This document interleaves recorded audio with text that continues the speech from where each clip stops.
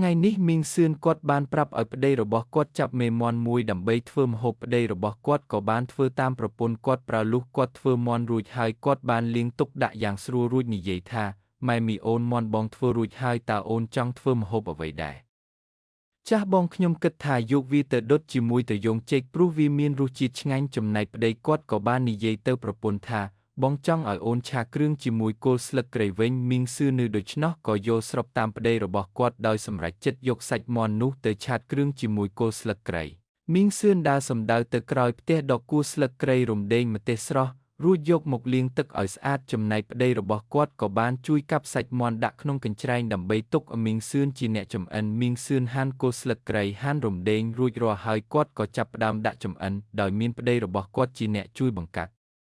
ភ្លើងនឹងលាងឆ្នាំងដាក់លើចង្ក្រានផងនោះឆ្នាំងរៀងឡើងកម្ដៅបន្តិចហើយនេះសឿនបានយកប្រេងឆាចំនួនប្រហែល3ស្លាបព្រាបាយដាក់ចូលក្នុងខ្ទះខ្លាញ់ពេលខ្លាញ់នោះក្ដៅល្មមហើយមីងបានយកមើមខ្ទឹមស្ដាក់បំពងឡើងក្លិនឈ្ងុយស្ងប់បន្ទាប់មកគាត់ក៏បានដាក់គួរស្លឹកគ្រៃគួររំដេងនិងគ្រឿងទេសផ្សេងទៀតដូចជាអំបិលស្ករប៊ីចេងទឹកត្រី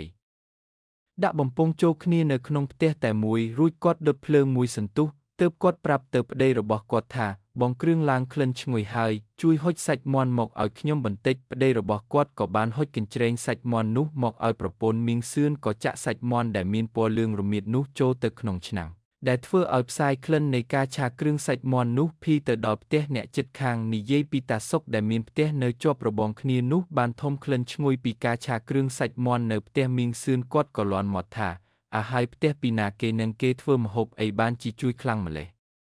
ពូសុកខំតាមស្រង់ក្លិនដែលឈ្ងុយនោះពីជើងទៅត្បូងពីលិចទៅកើតទើបដឹងថាក្លិនដែលឈ្ងុយនេះគឺផ្ទះមីងសឿនពូសុកក៏នឹកឃ្លានម្ហូបឆាគ្រឿងសាច់មាន់គាត់ក៏បានដើរចូលទៅផ្ទះមីងសឿនរួចនិយាយថាអានាងតើនាងធ្វើម្ហូបអ្វីបានជីឈ្ងុយខ្លាំងម្ល៉េះ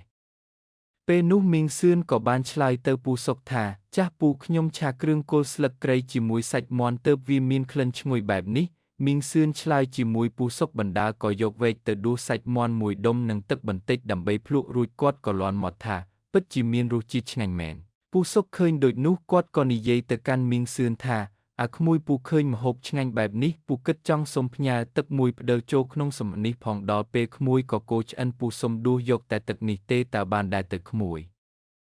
មីងសឿនគាត់អស់សំណើចហើយក៏ឆ្លើយទៅតាសុកវិញថាពូពិតជាពូកែនិយាយលេងសើចមែនមិនអីទេពូថ្ងៃនេះសូមពូនៅពិសាបាយផ្ទះខ្ញុំមួយពេលចុះចាំខ្ញុំរៀបចំឲ្យពូសុកពិតជាសប្បាយចិត្តណាស់ដោយមីងសឿននិយាយបែបនេះលុះម្ហូបឆ្អិនរួចរាល់ហើយមីងសឿនក៏បានបួសបាយដាក់លើគ្រែនិងម្ហូបដើម្បីហូបជុំគ្នាជាមួយប្តីប្រពន្ធនិងតាសុកយ៉ាងឆ្ងាញ់ពិសានៅក្រោមបរិយាកាសនាខ្យល់ខែប្រាំងបក់រំភើយទាំង3នាក់ហូបបាយដោយការស្រឡាញ់យោគយល់គ្នាជាអ្នកជិតខាងចំណែកប្តីរបស់មីងសឿនក៏បានលូកដៃទៅខាងក្រោយខ្នងទាញបានស្រាថ្នាំមួយដបចាក់ឲ្យពូសុកមួយកូនពេងគាត់មួយកូនពេងចាក់រួចហើយគាត់ក៏បួលគ្នាលើកកែវមួយជូរឬសូផុសរួចក៏ចាប់ផ្ដើមក្រេបស្រាថ្នាំលាន់ជេបគិតទៅជីវិតស្រុកស្រែពិតជាស្រស់ស្រាយរាក់ទាក់ខ្លាំងណាស់